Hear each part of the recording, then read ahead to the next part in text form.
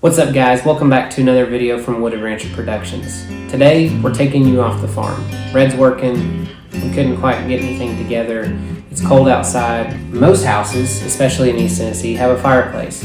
If you're really lucky, you have a wood stove, and heating by a wood stove, there's nothing like having heat from a wood stove. It's fantastic.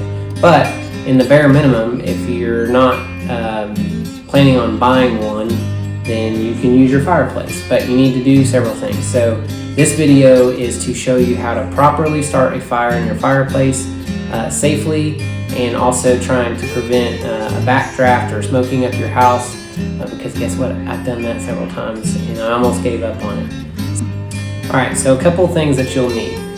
A fire needs heat, oxygen, and fuel in order to burn, and in the house there's plenty of that.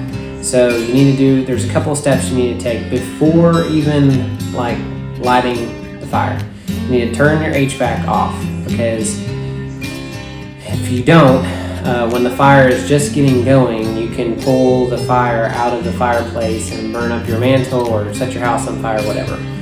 With that being said, you need to make sure that you have a fire extinguisher handy, and remove anything that is flammable, especially in the holiday season. If you have stockings or anything hanging from the fireplace, make sure those are not up there, because it gets pretty hot and you don't want to set that on fire, especially if you go to bed.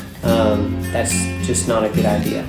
Also, you want to make sure that you have a screen to catch any sparks that kick out, because when you're burning with wood, it happens. So for right now, when you're first starting the fire, it's okay to not have that on there, but as soon as you get it going, you want to make sure that you put that back.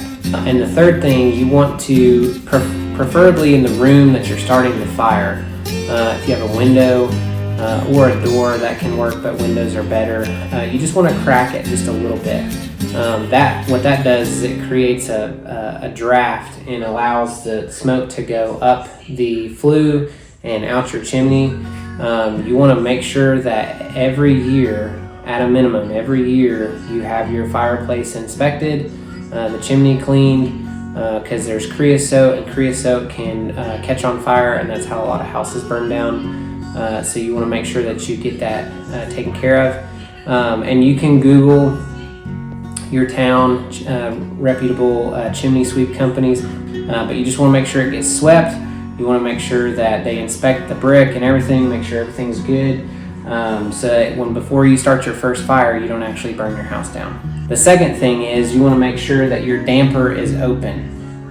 It's usually a little lever. You just want to make sure that you can see up through the chimney, and I'll show you that here in just a second, but mine, you just lift up on a lever and you can see all the way to the cap. So those are the baseline steps of what you need to do before you even light it, is make sure that your chimney's been inspected and swept, to make sure you open your damper, turn your HVAC system off, and then also crack a window. We recycle typically, but we run through lots of cardboard. I mean, we've got paper towels, we've got mail, pizza boxes, Amazon boxes, especially the wrapper, like the brown packing paper in the Amazon boxes is perfect. So you can always pull stuff out of there, or newspaper. But you want to get good seasoned dry wood. And again, if you don't have access to a farm or anywhere where you can get wood, you can always just Google. Honestly, I just Googled our town and firewood and found a company that had good reviews. They came and delivered it and dropped it off, because we were just busy and I didn't have time to go to the farm to get a load of firewood. But it was pre-split, but you want to be careful and just make sure that it's dry, because at first there was a log that got in there that was wet, and I dealt with them and they were great. But you want to take a piece like this, take an axe, trim it down into kindling. You want to get some small stuff like this, and you'll kind of figure out how much you need, how little you need, if you need a lot, but this stuff's pretty good and dry. And then you take all your stuff, paper and whatnot. You want to start with paper and kind of a mixture of cardboard, and you can do it a bunch of different ways. But what I found for this, kind of making like a teepee standing up against the back wall, really works well with this fireplace. So some of this small stuff I'll just kind of set on there so that it catches up pretty quick, and then we'll start burning. And then some of the like taller pieces, I'll just kind of nestle in there.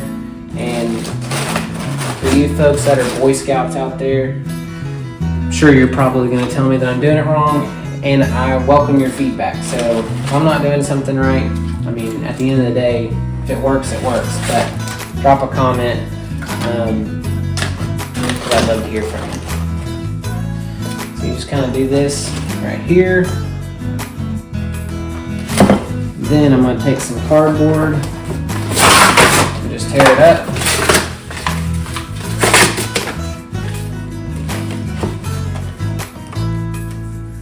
Tuck it behind there.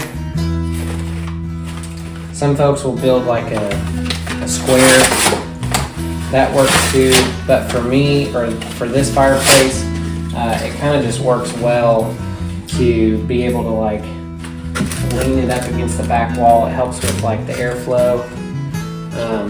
So the first 2 or 3 times I was building a fire in this fireplace, I smoked out the house and made my wife mad because it smelled like a campsite in here. And so I was kind of in the doghouse for a few days, but it was so cold that our HVAC system was struggling to keep up. And I mean, it got down to 8 degrees, and for East Tennessee, that's pretty cold. So I was trying not to have a $5,000 utility bill, but so a fireplace isn't going to heat your house.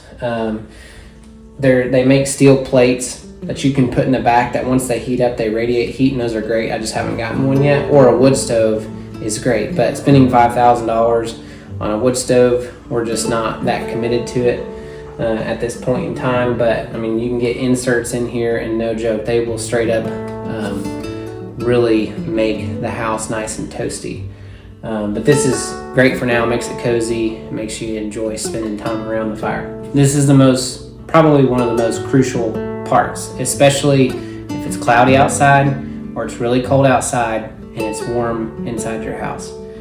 The key part to not having the smoke come out into your house is warming up the flue. You can take a paper towel holder or any piece of cardboard, and what you want to do is you want to light it like this, and you want to heat up the flue. It's kind of like priming the engine, but with these paper towel holders, be careful because the heat comes out. So you just want to kind of let it get caught up. And I just do this right here until it's nice and warm. And you can see it kind of starting to draw. And then you can just set it like that. See how it's going straight up? And then I'll take this, just kind of spread the love around.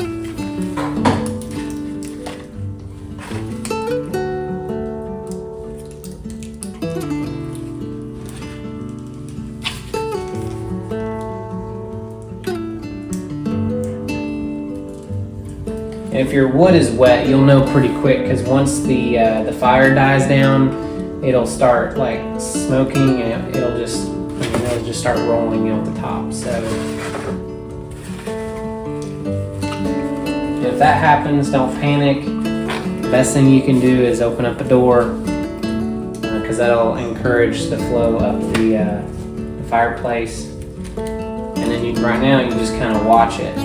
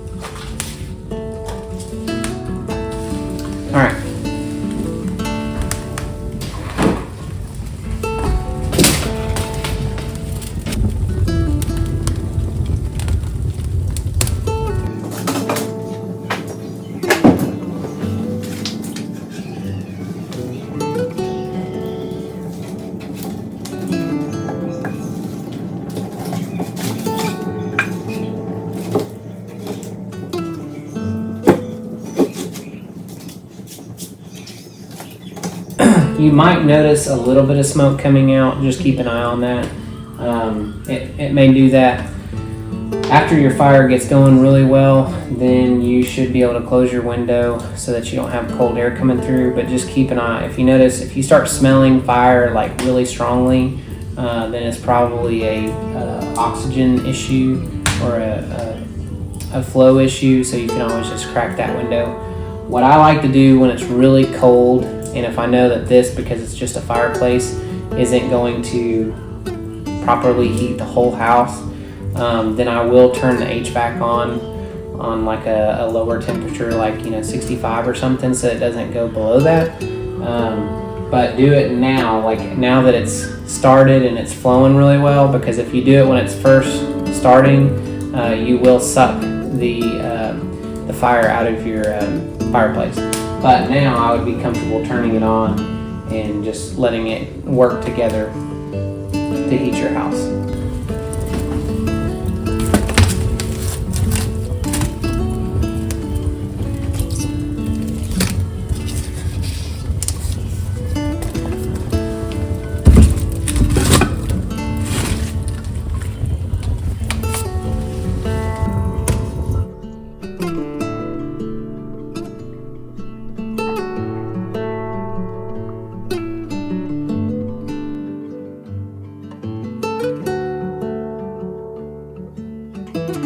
But if you're interested in seeing how to start a fire, a much larger fire on the farm, check out this video below. Red was burning some brush, and so he did a tutorial on how to take care of that. So hope you enjoyed today's video. Hit the like and subscribe button and drop a comment.